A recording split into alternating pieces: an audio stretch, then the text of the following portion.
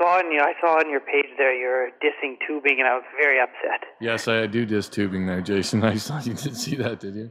Yes. We used to tube, like my younger brother and I. We used to go, and we'd like hit the kind of kneel on the back of the tube, and you could jump the wake in the tubes. Yeah. We'd do do a 360s in the air and all kinds of crazy stuff. But I agree with you with the people who just sit there. So yeah, I was complaining about that today. I have rarely heard someone say, boy, that guy's a really good tuber. Well, that's just because some people don't have much imagination. Yeah, I mean, I do know that it's fun. I mean, I've said it's fun. But when you look out and the water is like glass and somebody's just sitting on a tube, it's discouraging, Jason. I agree with you. We just liked to tube because there wasn't that downtime. Yeah, it was just true. Like athletic action all the time. You don't have to waiting for the wakeboard guy to get his stupid feet in and Yeah, that can slow it up, but yeah, I mean, I did tell my young nephew once at our cottage. I said he wanted to tube, and I said, well, Thomas, I could take you tubing all day. But one day you're going to be 25, and you're going to be somewhere, and people are going to say, hey, do you want to water ski or wakeboard? And you're going to be like, no, but I can tube.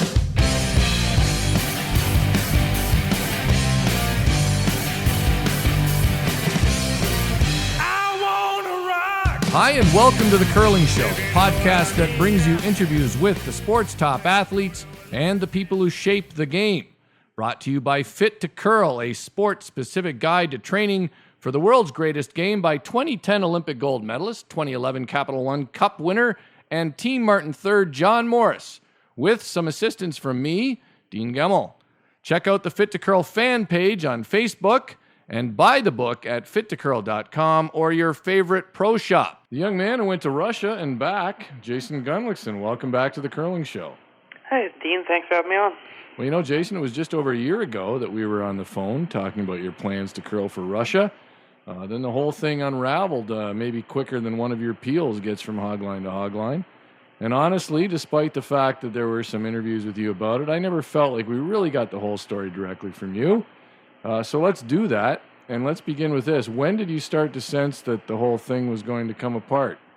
I think there was maybe a little bit of sense of that all the way through, pretty much. Like, it was always a little bit on shaky ground, and it always kind of seemed like, they were, if the performance wasn't there, they were going to be quick to pull the plug. But unfortunately, the things that were kind of outlined and said, you must win this, you must win this, you must win this. That started with the Russian Championship, and when we succeeded and then got the boot, that was kind of surprising. So going into that, I think this was you didn't. This was obvious from your comments. Going to that Russian Championship, the thought was you had to win that to continue, right? And then you did.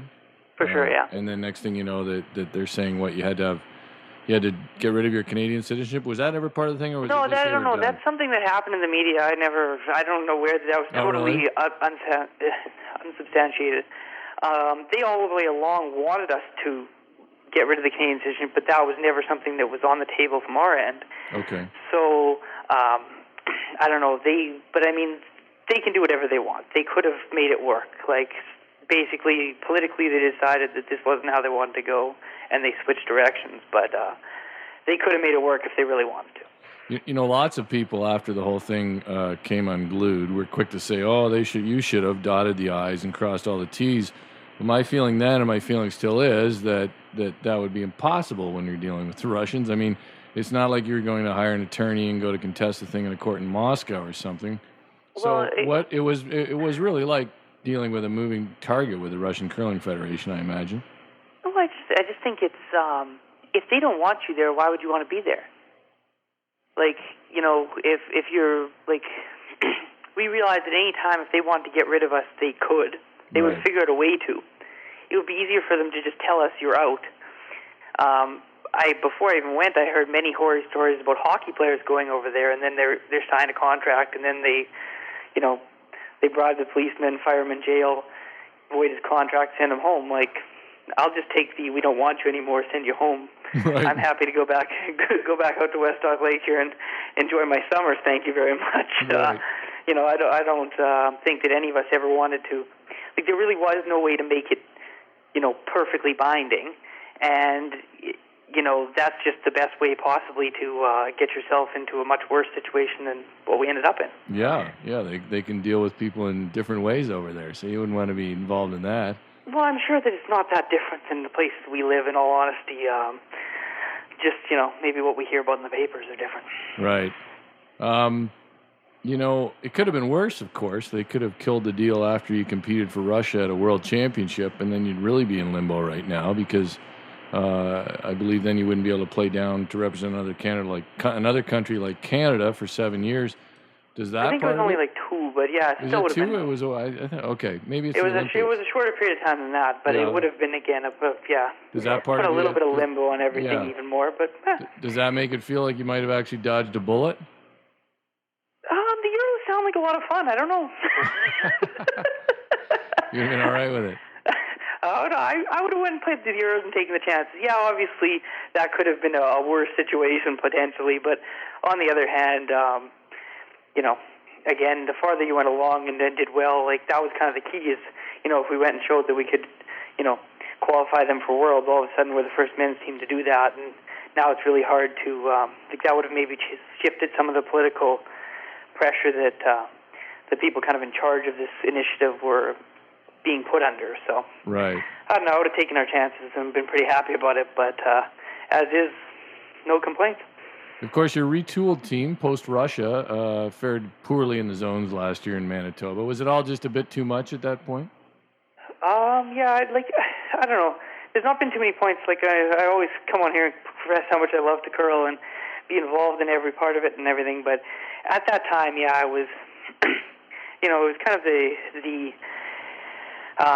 when someone gets fired, there's a movie about this, and you kind of now you can go do your dream job. Well, I just got fired from my dream job, so it might take me a couple months before I'm really excited to go do something else. So I think personally, I definitely, didn't have that same, what you need to really compete and play well, and I'm sure that the guys to some level were feeling that, even though maybe a little bit less than myself. Did you get any sense that any guys in Manitoba resented the fact that you were allowed to compete? Well, I don't know. You don't know? We resented the fact that people, we went and played with, like I said, we went and played for Russia. Everything else that we do for the rest of our careers will pale in comparison to the controversiality of that, That might be a goal, though, Jason. Maybe you can do something that will erase memories of Russia. I'm not even going to try. I don't know how I would do that, so I think I'll just enjoy the fact that we did that. And, if a couple of people are a little bit upset about something like that, we went through all the proper channels, and everybody was like, yeah, 100% good. So yeah, even before the whole thing came, unraveled, there were people who criticized you for doing it. I never thought it was a bad thing. I always realized you're just a young guy who would love to be able to curl for a living, so I never had really an issue with someone taking the opportunity. I mean, it felt a little weird, I must admit, to think about you playing for Russia, but nonetheless, I could understand it. Hey, Randy Ferbey was apparently contemplating a coaching gig with the Russians. Did you ever talk to him about your experience? No, I really haven't talked to Randy too much about that. I'd wish him all the best if he goes for it. If not, I could understand why too. So. Yeah. But I really haven't spoken to him too much about it. I can't see Randy doing that, actually, but I haven't spoken to him about it either. So, let's talk about some of your contemporaries in Manitoba. Last year, Mike McEwen's team winds up winning Grand Slams. Your old teammate Reed Carruthers wins a world championship with Jeff Stoughton. Did anything of that make you feel a bit wistful? I don't think so. I remember I had a interesting conversation with Reed kind of the year before, because he'd stepped back and kind of was about how, we had a little bit of good fortune the year before, and, he was really excited to get with Jeff and get back, competing right at the top. So, this year I kind of maybe, I was actually in Regina watching a few of the games, and you have that wow, that's amazing for, someone who's fairly close and a teammate for many years. But on the other hand, that kind of is you know him and you know that he can do it. Well, that gives a lot more, hope for you when you're trying to do something like the McEwen team as a whole team. We've battled with them for years. We know what they're about, and we realize they put a massive amount of hard work into the game. But we're seeing results. It's a lot easier to start rebuilding with those kind of role models almost. These guys, that they're doing it, and there's not any major difference that wouldn't be able to be overcame by you. So it's kind of very inspiring and exciting. Right, that makes sense. So you're back next year with another lineup. Justin Richter comes back at third, though, with Jason Ackerman at second and David Krejci at lead. Was it all too much for Tyler Forrest, or did he just decide he liked playing with his brother on Willie Liburn's team? Well, I think I'd actually talked to him a couple of days ago about kind of setting up his team schedule and stuff like this, and I think he's really excited for it. But it was just a life situation. Like, I think we both would have gladly continued playing together, but it just came down to a time commitment. I mean, it's straight up. Yeah, I'm sure you've heard this show a million times. You hear with the Richard Hart conversations. Like, if you want to try and get to that, push towards that pinnacle, it takes a massive amount of time. And he kind of just got a new job, doing really well at it, and that's what he chose to do. So all the Justin, power to him, and hopefully their team has some good success. So they won't play as much as you, is what you're saying. You'll play a bigger. No, I don't think so. They'll play. I don't know. I'd guess like 5-6 times before Christmas, maybe 7, and a little bit more locally. But I'm sure they'll have good success. They got a lot of good players, and we've played with Tyler's younger brother in a few spiels, and he had some junior success. And right. He's a heck of a player too. So I'm sure they'll have a good time and some success.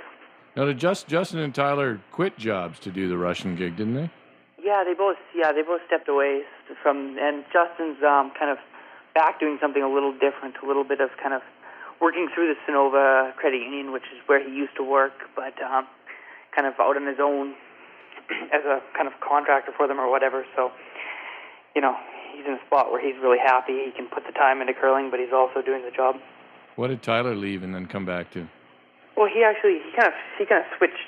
He's working for Edie Construction Company, which had been a sponsor of ours previously. Yep. So, and now he had a degree in some kind of engineering degree, and he has gotten a job more in his field. So it's worked out for the best for him, but he had to put the curling back a little bit this year. So at the end of the day, you had a great adventure, and life goes on.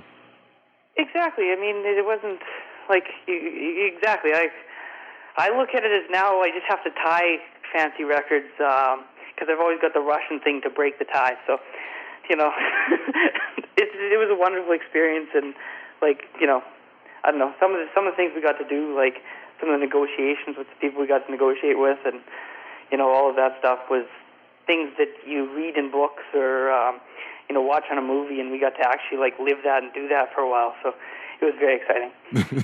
The fact that the negotiations were like that is very interesting. Oh goodness, yeah. No, the fellow we were working with on this, who became president of the Russian Curling Federation, he was definitely he's a member of parliament, and obviously a very powerful man in Russia, has a couple different businesses, and one of the things that he actually does is build curling clubs or curling facilities. So it was definitely a very interesting meeting, and he's got 3 other meetings going on at the time, and you sit down and talk to him, and then someone comes over and he goes for 2 minutes, and it was just I don't know, it's just there's these people obviously, but I don't deal with them every day, who are super influential in their country's direction, and getting to meet with them, and just the manners of Russia and how it's different than here, and how I don't know, just the one thing that I got is it's kind of I don't know how the U.S. was explained years ago. I mean, it's very capitalist, it's very just money driven, and it's a very different place than back home in Canada, that's for sure. Yeah, did they ever have a guy in a meeting who looked like Jaws from the James Bond films? Oh, for sure. One day we got with this Dmitry, who's become the president of the Russian Curling Federation, his private driver we had one day, and the guy looks like you don't want to mess with him too much, and he's driving, and they have special different license plates allow you to do different things on the road, and it's quite crazy. But he's in this just a beautiful sports car, and we're just absolutely flying, and we're going up on the train or the streetcar tracks, and cutting people off and going through lights, and all at a ridiculous speed. It's like, oh, okay. We're just like, okay, we're just in a Bond film. Let's just go with it, No, it was truly some spectacular moments. That's brilliant. Guys from Winnipeg and Beausejour out there. Exactly. Just that's when I hear that stuff. That's when I think, yeah, well, it was a brilliant move. Yeah. And before you went and played in the Russian championships, right? You were like moseying around in Europe, right? Switzerland and whatnot.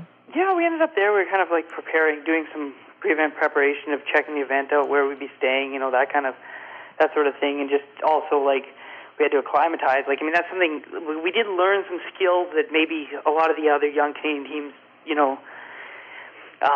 might be looking to learn as they go. And you see a team like McEwen go play in Scotland last year to try and kind of so if they end up in a world in Europe, they're not out of comfort. And that was a big thing. If you're 7 hours time change, you're supposed to be there a week early, getting comfortable and stuff like this. We're doing some of that, but yeah, we got to see some beautiful countries, beautiful countryside, and no complaints there. And didn't you become sort of friendly or friends with at least one of the Russian dudes? Well, there was two that played with us. Yeah. And did you guys become friends with them, or? Yeah, like quite a bit. Justin was able to quickly kind of break down the language barrier. Apparently, when you say beer in any language and smile, it has the same effect. So they had some good times. Kind of in between training, we made a little bit of time to get to know everybody, and no, it was definitely like when we found out we were done, there was definitely some sadness from all parties. Like it was, we had become a team in Russia when we played that championship for the first time. Like we had become a team. We were all under this stress. Like obviously we were, but they were as well. And like they're doing it. It's one thing to play somewhere where everybody's cheering against you, and it's another thing to play in your hometown where everybody's against you. That's even probably more of a tough thing to deal with. So going through that together, we really became a team. So it was unfortunate it ended there.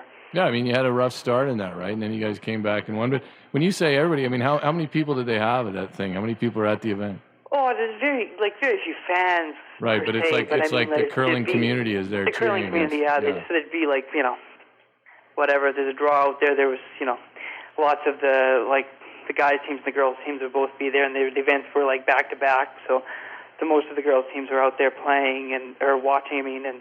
And the other draw of the men's teams, and so it was a. And nobody cheering for you guys. Well, there was times where it wasn't zero. There was some cheering. Alexei was, he had a way to make, especially the females really seemed to like him. So he still had a couple girls out there cheering for him. But other than that, the vast majority of the cheering was not for us, unfortunately. But whatever. Well, that's a good lesson too. That'll serve you well one day, maybe. I don't know. Oh, sure. I'll say something stupid enough to get everyone to hate me. I'm sure. You'll be playing in Winnipeg sometime with everybody cheering against you. Well, man, it's an interesting. It's good to get that stuff from you. Like I said, I don't know if the whole story really was told well, but the fact that you guys were bombing around in Moscow in a sports car with a guy who looked like Jaws, that might be worth anything that happened. So. Oh, for sure.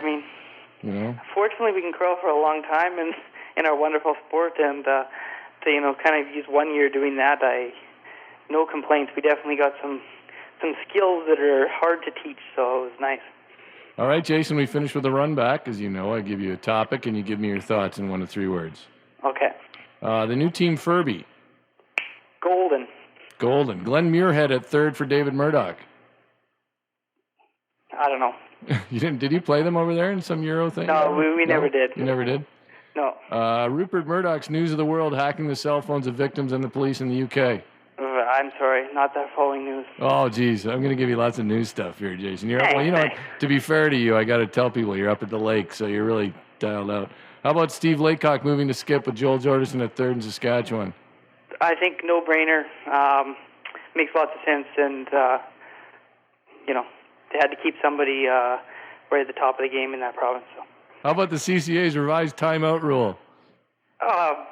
It seems to be the way it's going. It doesn't make any sense. Well, the new one is at least better than what they had, but it's than the WCF rule. I don't understand the whole thing. I want them to in youth curling. I want them to put. I stole this this idea from Paul Webster, I'll admit, I think that there should be like intercom device available for young curlers, because I think especially in Canada you see the same names. When I go to like a 1600 championship now, I see the same names skipping at that age as you know, when I go to provincials like men's or women's. The barrier to entry to our sport of this knowledge is too great. It's kind of like a quarterback. For the first 25 years of their life, 30 years of their life, they're basically spoon-fed the play calling. Skips basically have the same kind of role, and I think that they should let the coaches go more, not less. I know that's very controversial in curling, but I think you'd see a lot more true athletes getting into the game as opposed to just kids of people who curl. Well, that's the most interesting point I've heard on that, because I've been a guy who thinks that we shouldn't coach the kids on the ice, and I've said that, but I have to admit your point there that we don't open the sport up to kids who don't have parents who curl is an interesting one that I haven't really considered before. So I may have to reconsider my view on that, because I've come to believe that coaches shouldn't be out there on the ice, and it should be like tennis where the coaching is done before a game. But maybe you're right. I don't know. But tennis, if I can hit the biggest forehand, the biggest serve, the biggest backhand, have a net game, I'm going to beat you if I'm better than you at those things. You can use a little bit of strategy to beat me. In curling, if I'm great at strategy and you suck at strategy, you're going to have a hard time winning no matter how great a hitter you are. Interesting point. That's my opinion, and I think that when you look at who's coming up in the game, we have a definite problem of people are having less and less kids, and if they're only getting from the curlers kids, that's not good for numbers. You are right about that. It's I'll tell you what, you have not convinced me, but you've made me reconsider. So that's the first time I've heard anybody say that. That's made me reconsider my thoughts on timeouts and things like that. How about back to the run back? How about Bill Simmons' new website, Grantland? Have you seen that? No, I haven't. I'm not go sure. to grantland.com. What's that? I've read some stuff. What's Grantland.com. You should check it out. It's sports and pop culture. I'll give as if Bill Simmons needs a plug from the curling show, but he got one nonetheless. And finally, Sean Becker's big win last weekend in the New Zealand Curling Championship. Ooh, that's exciting. I'm sure you were glued to it. Good luck. Yeah, old Sean Good Becker. luck beating China. Yeah, apparently he's a 6-time champion. So, anyways, there you go. Hey, Jason, I give everybody a chance to name their sponsors. I don't know who your new team has backing you, or if you have any yet. Well, we've gotten Sonova signed up again, and they've been a long-time backer of the team, and working with Justin through work, obviously. So that's exciting, and we've kind of just begun our drive. So check out teamgunnlaugson.com, and there's some information there if anybody on the show is interested. Anybody's interested, teamgunnlaugson.com. There you go. You're those McEwen boys have sort of raised the bar for team websites, so I'll have to check yours out. Yeah, it's not so good yet, but we're chasing them. All right, make it happen. All right, Jason, hey, I appreciate your time. Enjoy your time at the lake. And, it's good to hear about the Great Russian Adventure. And I'm sure we're going to hear more about you that might maybe not eclipse that story, but at least it'll get you up there. Okay, well, we'll try. We'll try and earn her right back on the show. That's the goal always. All right, get on Jason. the curling show. Take That's care. Jason Gunnlaugson on the Curling Show. If you want to learn more about upcoming interviews and read my occasional takes on curling, sports, and life, follow Curling Show Host on Twitter. And if tubing is the most exercise you've done this summer, then it's definitely time to start training for next season with the programs in Fit to Curl by John Morris, available at fittocurl.com and Better Pro Shops. And finally, you need some new music this summer. So go to the iTunes store and buy Pudding Bloody Pudding by Black Pudding, the band that you're going to hear right now, and a band that I know you'd enjoy a pint with if they were sitting behind the glass.